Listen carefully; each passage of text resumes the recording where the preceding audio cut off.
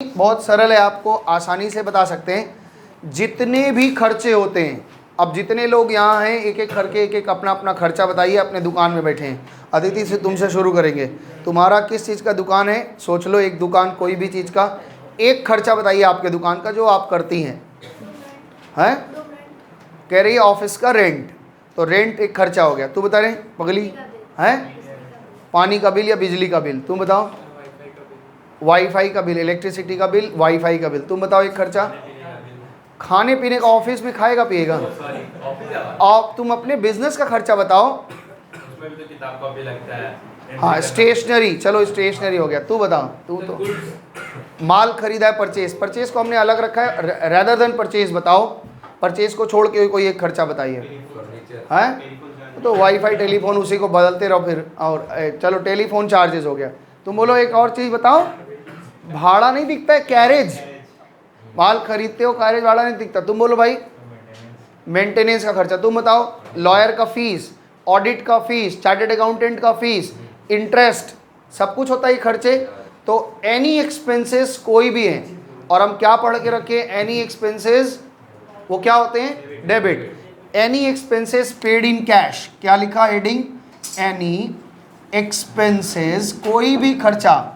Any expenses like, आपने उदाहरण दिया बहुत सारा, जैसे कैरियज, जैसे रेंट, जैसे इंटरेस्ट, एटसेट्रा।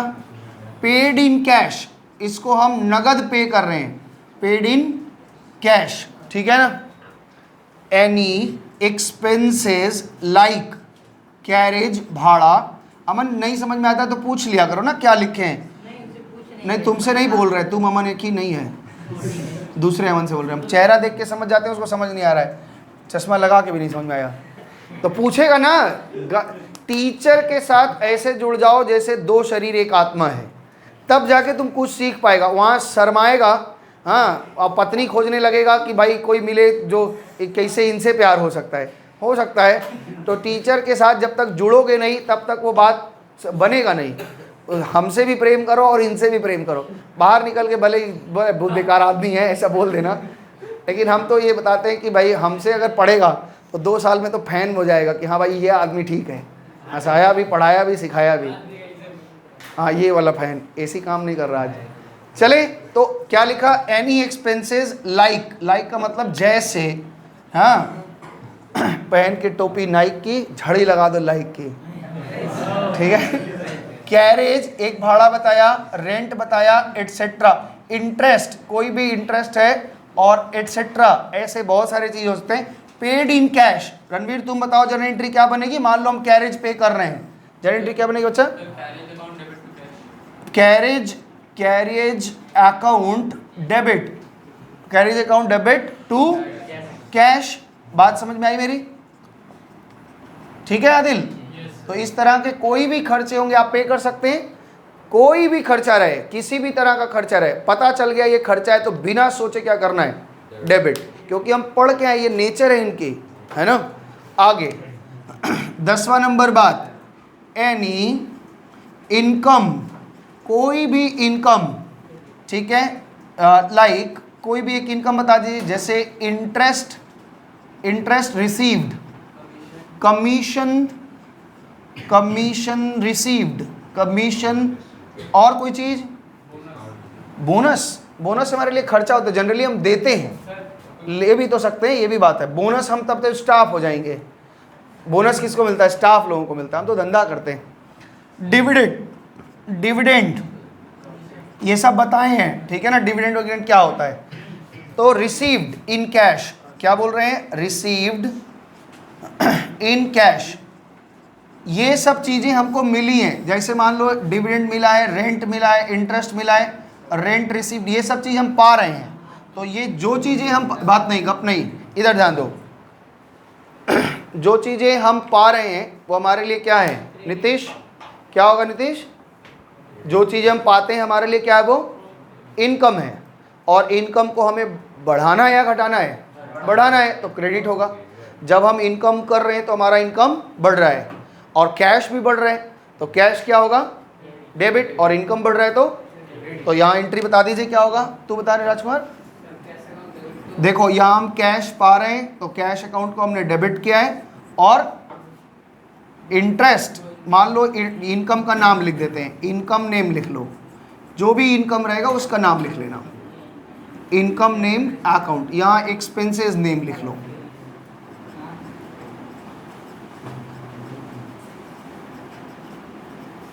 ठीक है, बात समझ पाए हैं? 10 तक हमने कंप्लीट किया है। ठीक है, 10 मिनट का ब्रेक दे रहे हैं। ये हो गया टाइम कि अभी थोड़ा है इसमें? 5 ही मिनट हो, तब पढ़ा देते, फिर रहने दो तब इसको कंप्लीट हो जाएगा तब रोकेंगे। ठीक है ना, थोड़ा बच्चे भी थोड़ा रिलैक्स हो गया। कोई भी खर्चा होगा वो डेबिट होता है। हमने बेसिक रूल क्या पढ़ा है? तो राज को इस बेचारा का दिखा नहीं है ना, नहीं दिखा है ना वीडियो? हाँ, इसीलिए नहीं समझ में आ रहा है। अगर तुम वहाँ वीडियो देखे होते ना, एक्चुअली ये 5 दिन के बाद का कंटिन्यूएशन है। 5 दिन में हमने डेबिट क्रेडिट सिखाया था बच्चों को। उसके बाद एक नियम है, क्या नियम है? एसेट्स, एक्सपेंस और एक्सपेंसेस एंड लॉसेस, ये हमारा क्या है? डेबिट नेचर की चीज़ें हैं। इनको जब बढ़ानी होगी तो हम डेबिट करेंगे। ये क्या है? डेबिट नेचर की चीज़ें हैं। और यहाँ पे क्या बताए थे? क्रेडिट नेचर का चीज़ है। क्या क्या बताए थे? Liability, income and gain. कल किस इसी का नंबर जोड़ने के लिए कह रहे थे? कौन बोल रहा था कि एक नंबर जोड़ दीजिए? किसका नंबर था? अभी हम लोग समझेंगे कि डेप्रीशिएशन क्या होता है। डेप्रीशिएशन का क्या मतलब है? डेप्रीशिएशन का मतलब होता है, हिंदी में अगर कहें तो ह्रास, यानी कि कमी। ठीक है, जैसे एक उदाहरण देखिए कि ये वाला घड़ी जो है, ये मेरी माता जी ने हमको गिफ्ट किया था, मतलब 10 साल पहले। ठीक है ना, अब ये 10 साल पहले ये 1400 का घड़ी रहा होगा। मेरे को जहाँ तक याद है कि 1200-1300 रुपये का घड़ी था। ये जन्मदिन पे मिला था। तो ये चलते चलते चलते चलते घिस गया था, तो इसको फिर से हमने इसको थोड़ा 1000 रुपये लगा करके फिर से इसको नया कर दिया है। तो अभी ये घड़ी का ओरिजिनल कीमत जो है बाज़ार में वो भी मिलता है। ये घड़ी मिलेगी कितने रुपए की? बस अभी भी नया दाम 1200 रुपये आ गया। फास्ट ट्रैक में हम उस दिन चेक भी कर रहे थे, हमने कहा हम बेवकूफ़ी कर दिए। 1000 रुपये का नया बनवाए हैं और 1200 में नया मिल रहा है, सेम मॉडल। ठीक है ना, तो कहने का मतलब वो नहीं है, कोई भी चीज़ के साथ लगाव जुड़ा होता है, बस, और कोई बात नहीं है कि भाई घड़ी, जबकि घड़ी में सब कुछ बदल चुका है, बेल्ट बदल चुका है, डायल बदल चुका है, अंदर मशीन केवल वही है, तो हमने बनवा लिया इसको। खैर वो बात छोड़ दीजिए। जैसे एक एग्जांपल ले लेते हैं कि मान लीजिए ये मोबाइल है, किसका है ये? जरो इनका क्या है, नार्जो, पता नहीं क्या है, जो भी है। ये कितने की मोबाइल होती है जब नया खरीद के लाते हैं? 15,000 की मोबाइल है। अच्छा ये बताइए कि आज ये अगर चाहें कि अदिति को ऑफ़र दिया जाता है ये 15,000 में ले लो, लोगी? कितने का लोगी? बोलो बोल। 5,000। ये कह रही है हम 5,000 का लेंगे। कोई और इसमें थोड़ा महंगा बोली लगा सकता है? ये 5,000 अदिति की तरफ से बोली। 1 रुपया बोलो भाई, लोगे? चलो हम थोड़ा सा और ऊपर, हाँ 8,000 रुपये बोली लग गई। आप ये बात समझो, ये बात को मेरे समझो, क्या इसमें कोई ऐसा भी व्यक्ति है जो कह दे कि सर हम 15,000 से ज़्यादा में लेंगे? कोई नहीं लेगा। कारण क्या है कि सिंपल सी बात है कि इन्होंने इसको साल भर 6 महीने इसको यूज़ किया है। अब यूज़ करने के बाद में हमको भी पता है इसमें स्क्रैचेस आ गए हैं, अंदर सॉफ्टवेयर अपडेट किया होगा, रैम धीमा हो, क्या पता नहीं क्या क्या होता है। अब ये वो स्थिति में नहीं है जो स्थिति में इसको ख़रीदा गया था। या डेप्रीशिएशन बहुत से कारण से होता है। हमने ये फ़ोन जिस पे हम रिकॉर्डिंग कर रहे हैं, ये फ़ोन हमने ख़रीदा था 18,500 का। एक्चुअली हमको गिफ्ट मिला था, एक लड़का चार्टेड हुआ था तो वो गिफ्ट किया था, स्टूडेंट था, चार्टेड हुआ तो गिफ्ट कर दिया था। तो हमने कहा ठीक है चलो। तो ये 18,000 का फ़ोन था। अब ये फ़ोन, अब ये घटेगा, अगर घटाएं वैल्यू, आज हम किसी को बेचना चाहें, 2 साल हो गया इस फ़ोन का, तो 18,000 में क्या कोई मेरा फ़ोन ले लेगा? नहीं। क्या हुआ? कारण इसको हमने टाइम के कारण इसकी वैल्यू गिर गई, या हमने यूज़ किया इसके कारण गिर गई। अच्छा कल्पना करो इस फ़ोन को जब उन्होंने मुझे गिफ्ट किया होगा और हमने एज इट इज़ फ़ोन को डब्बा pack, Samsung A22 4G phone है ये, अब इसको हमने डब्बा पैक ले जा करके अलमारी में रख दिया, एकदम अच्छे से एयर टाइट पैक में, एक धूला भी नहीं घुसा इसके अंदर। 2 साल बाद आज हम इसको निकालें तो क्या हम 18,000 में बेच ले जाएंगे? नहीं ले जाएंगे। हमने यूज़ भी नहीं किया, सिम भी नहीं लगाया, एक सिंगल स्क्रैचेस नहीं है, तो बिक जाएगा? नहीं बिकेगा।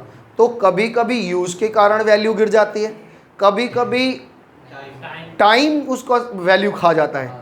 जो नोकिया का पहले फ़ोन आता था 3315 या 3310 आता था, एकदम भारी सा, है ना, मार दो किसी को सर फूट जाए, देखा है कि नहीं, तुम देखा है वो सब फ़ोन?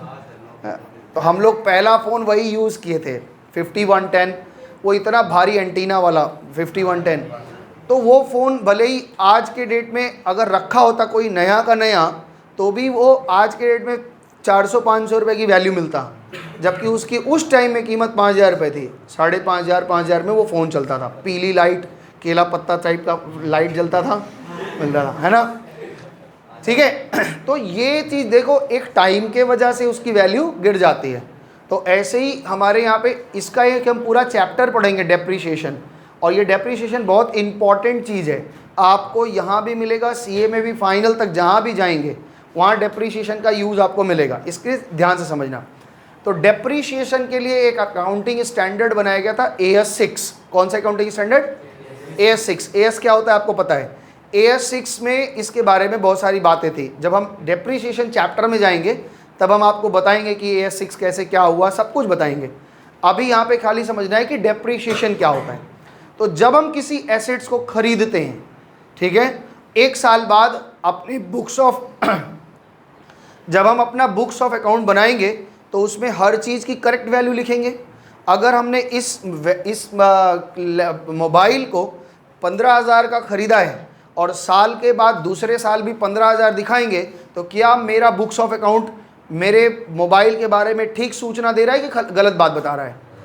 ओरिजिनल में इसकी वैल्यू 15,000 नहीं है, बुक्स में क्या दिखा रहा है? 15,000 है। तो दो अलग अलग बातें हो गई कि नहीं? तो हमें क्या करना होगा, अपने एसेट्स की वैल्यू को, ओरिजिनल में गिर गया है तो बुक में भी गिराना पड़ेगा। समझ में आया बात मेरा? हमारे बुक में भी अब एक साल यूज़ कर लिया, मान लो 3,000 घटा दिया, मान लो समझ के चलते हैं कि हर साल हम 1500 रुपये घटा देते हैं। 10 साल चलेगा ये मोबाइल, 10 साल नहीं चलेगा, 5 साल चलेगा, 3-3 हज़ार रुपये हर साल कमाते हैं। तो 15,000 का इस साल खरीदे, एक साल ख़त्म हुआ तो 3,000 रुपये हमें क्या कर लेना चाहिए?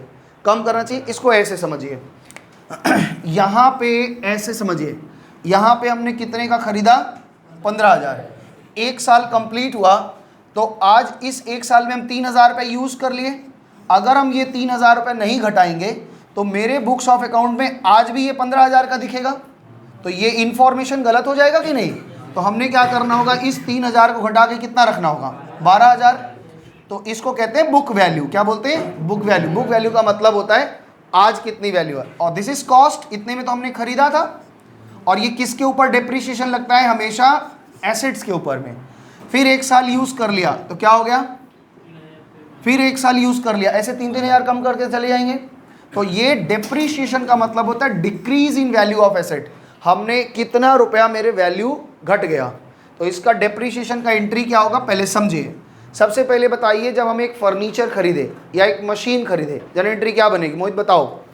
एक मशीन खरीदा है, मशीनरी का नेचर क्या होता है? डेबिट। मशीन हमारे बिजनेस में आया, आज कितनी खुशी थी, नारियल फोड़ के टीका लगा दिया, अब कल से शुरू होगा। तो मशीनरी मेरे अकाउंट में बढ़ गया, मशीनरी अकाउंट डेबिट। कितने का मशीन खरीद के लाए? मान लो 1 लाख का, और इसको हमने पेमेंट किया होगा। कैसे पेमेंट किया होगा? कैश अकाउंट 1 लाख का हमने कैश में पेमेंट कर दिया। बोलो ठीक है। आज यहाँ पहुँच गए, 1 साल हो गया, 10% का हमको डेप्रीशिएशन देना है। तो अच्छा बताइए, डेप्रीशिएशन देने से मेरे मशीन का वैल्यू बढ़ेगा या घटेगा? तो ये इसकी वैल्यू को, डेबिट है ना, नेचर डेबिट है ना, घटाने के लिए क्या करना होगा? क्रेडिट करेंगे। तो आइए मशीनरी को हम डेबिट कर देते हैं। क्या करते हैं? मशीनरी को हम क्या कर देते हैं? क्रेडिट कर देते हैं। कितने से? 10,000 से। मान लो 10,000 डिप्रीशिएट हुआ। मेरा प्रश्न है कि डेबिट में क्या लिखेंगे? डेप्रीशिएशन ऑन मशीनरी लिख सकते हो या केवल डेप्रीशिएशन अकाउंट लिख सकते हो? बात समझ में आई? ये मेरे लिए एक लॉस नहीं है, मेरे लिए घाटा नहीं है इतने रुपए का। कुछ लोग इसको घाटा बोलते हैं, कुछ लोग खर्चा मानते हैं कि भाई इस मशीन को यूज़ करके कुछ प्रोडक्शन तो किए होंगे। तो उस चक्कर में अभी हम नहीं जा रहे हैं। बस ये पता है कि ये मेरा एक तरह का नुकसान है, और नुकसान क्या होता है? डेबिट होता है। तो नुकसान को हमने डेबिट, ये आपके डेप्रीशिएशन की एंट्री है। ये एंट्री आप करेंगे, लिखेंगे depreciation account debit to machinery account, लिख लीजिए फटाक से। ध्यान से सुनना शुभम, तुम भी ध्यान देना।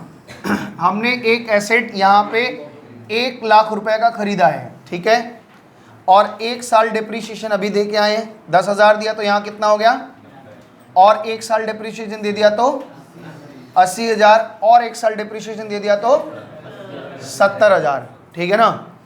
तो 3 साल तो हमने क्या कर लिया, इसको यूज़ किया, यहाँ पे यूज़ किया, यहाँ पे यूज़ किया और यहाँ पे यूज़ किया।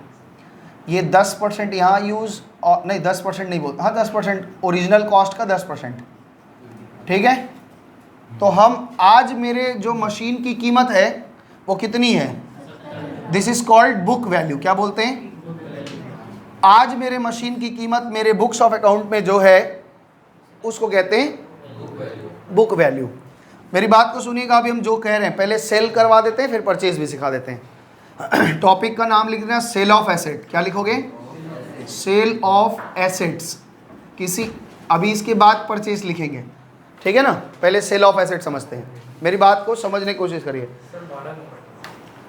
तू तो एक तो खुजली है, बीटेक्स मलहम खरीद ले, और जहाँ जहाँ खुजली है खजुआ खजुआ लिखेगा पढ़ाते समय। सर नहीं सर, आप बाएं हाथ से उस समय कुछ और बोले थे, चुप रहे नालायक।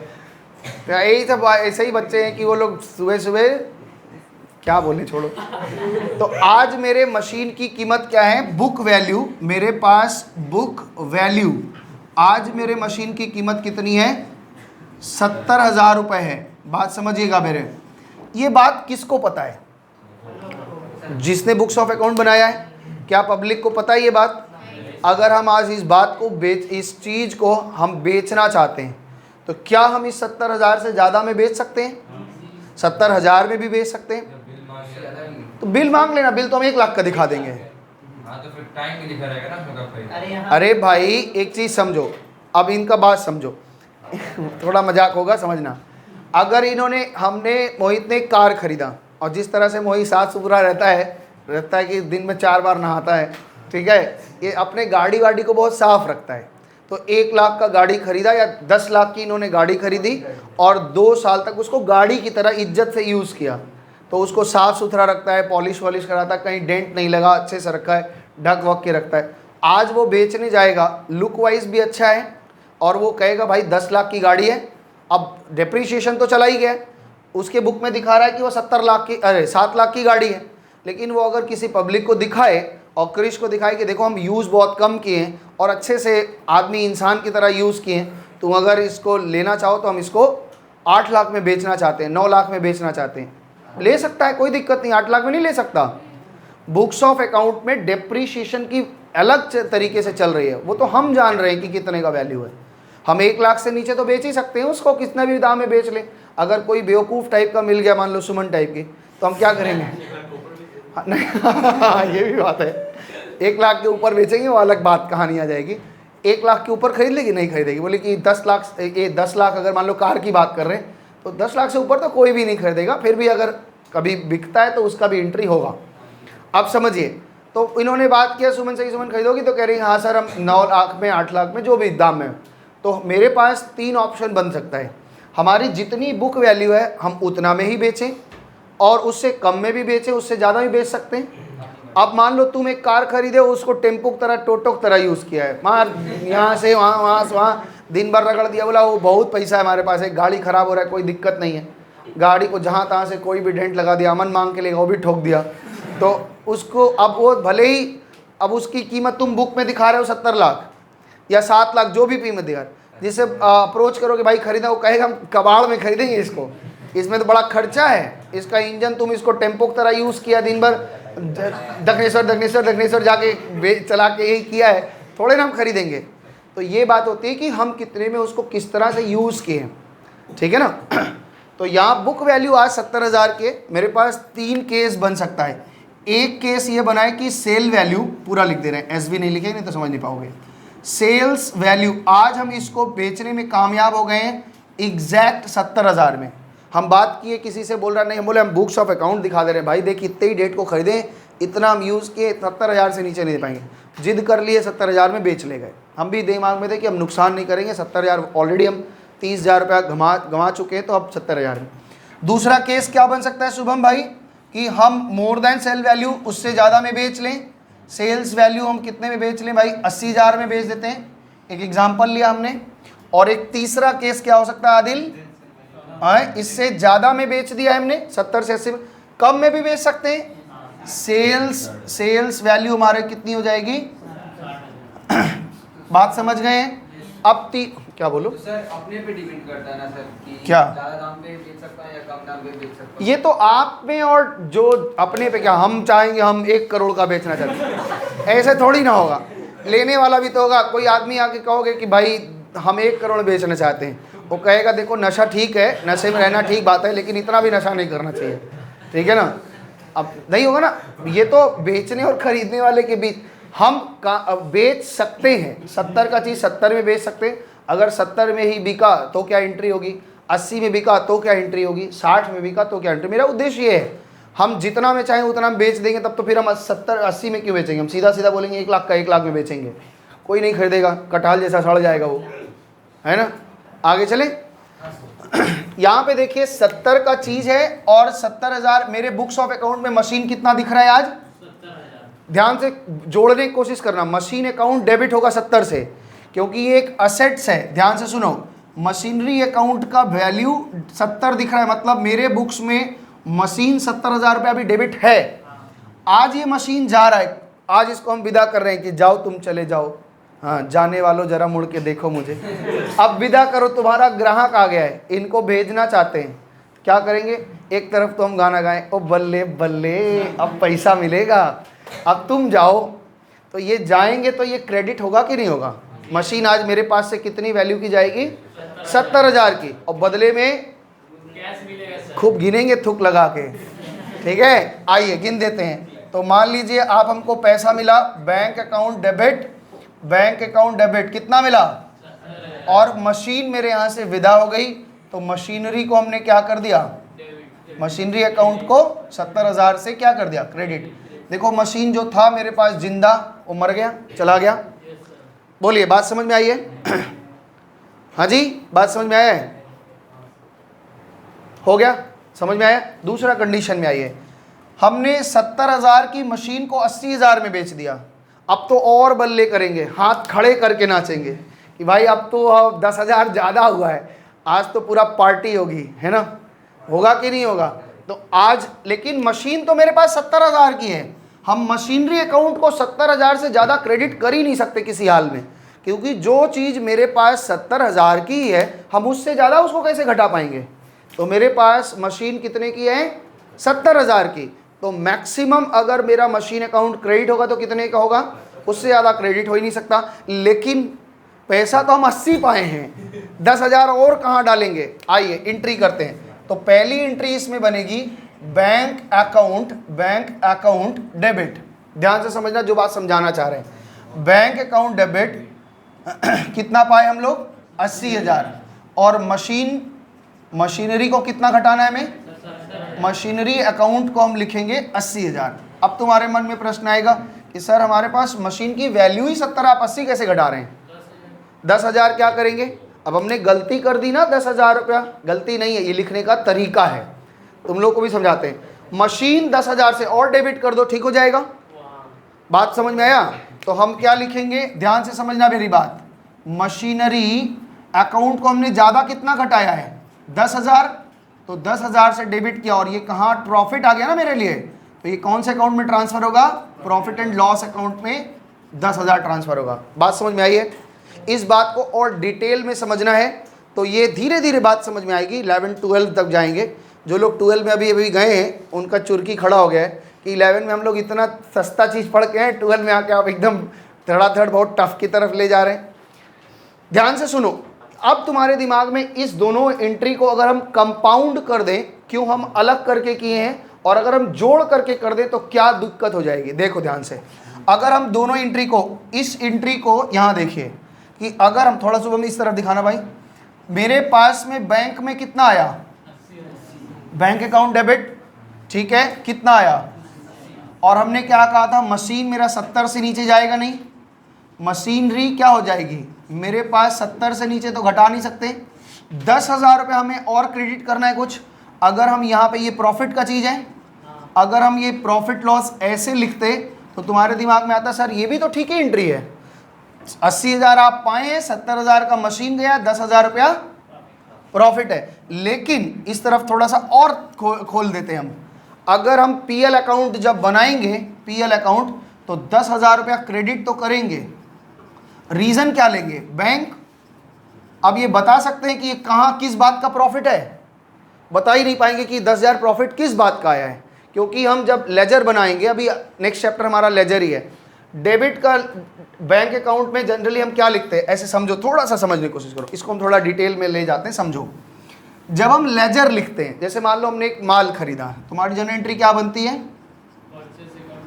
Purchases account debit to cash, ये एंट्री बनती है।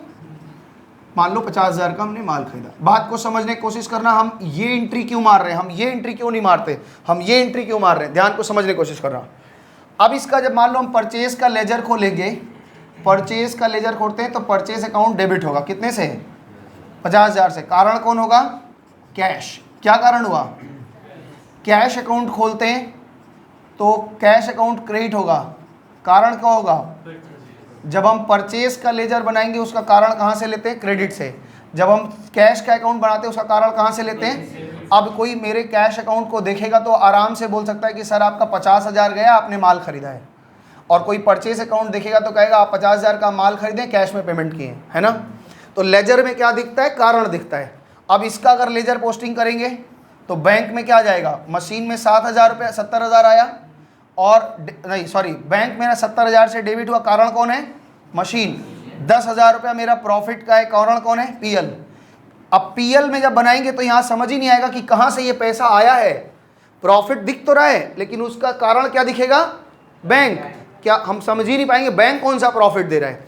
इसलिए हमने क्या किया, अब इसका लेजर बनाए। अब सुनो, इसका लेजर बनाए तो मान लो कि हम एक बैंक का लेजर बनाए, ध्यान से समझना इस बात को। बैंक डेबिट होगा 80,000 से, बैंक कितना आया, और कारण कौन लिया? मशीनरी।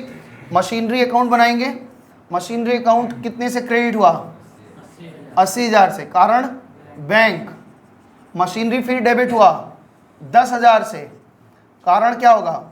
Profit and loss. अब हम प्रॉफिट एंड लॉस बनाएंगे तो प्रॉफिट एंड लॉस में जाके देखो क्रेडिट होगा कितना से, और कारण क्या आएगा? आ गया जो चीज़ हम समझाना चाह रहे थे। समझ में आया बात? इतना डिटेल में सीखे हो तो इसको दिमाग में रखना। तो ये 2 एंट्री करना है। एक एंट्री करोगे जोड़ के, अगर एंट्री ये वाला कर दिए तो इसमें जो प्रॉफिट है ये 10,000 रुपया कहाँ से आया है पीएल में, वो कारण नहीं दिखेगा। वहाँ कारण क्या दिखेगा? बैंक। और इसलिए अभी जब लेजर पढ़ाएंगे और आगे के चैप्टर में, अभी तो ये चैप्टर शुरुआत है, हमने डेप्रीशिएशन समझाने के लिए इतना डिटेल में गए। खैर आपको इतना डिटेल में नहीं आना, डरना नहीं है, डरना नहीं है कि अरे बाप रे बाप पता नहीं क्या क्या क्या क्या समझा दे गए। ये अभी आप आगे के चैप्टर जब जैसे जैसे आगे बढ़ेंगे, साल कंप्लीट होगा, 12 कंप्लीट करेंगे, तब अपने आप समझ जाएंगे कि हाँ ये सब क्या बातें हैं। अभी आपको खाली ये ध्यान रखना है कि जब आप बेचेंगे तो अलग अलग एंट्री, बिक्री की अलग एंट्री होगी और प्रॉफिट बुक कर रहे हैं, इस एंट्री को कह रहे हैं कि हम प्रॉफिट बुक कर रहे हैं। तो यहाँ पे हमने एंट्री करी है प्रॉफिट बुक करने की, ठीक है। अभी आप उतना डिटेल में मत समझिए, यहाँ पे आप समझ लीजिए कि ये सेल की एंट्री है और यहाँ पे हम लोग क्या किया है? प्रॉफिट बुक किए हैं, मतलब प्रॉफिट को अपने ट्रांसफर किए। बात समझ में आ गई?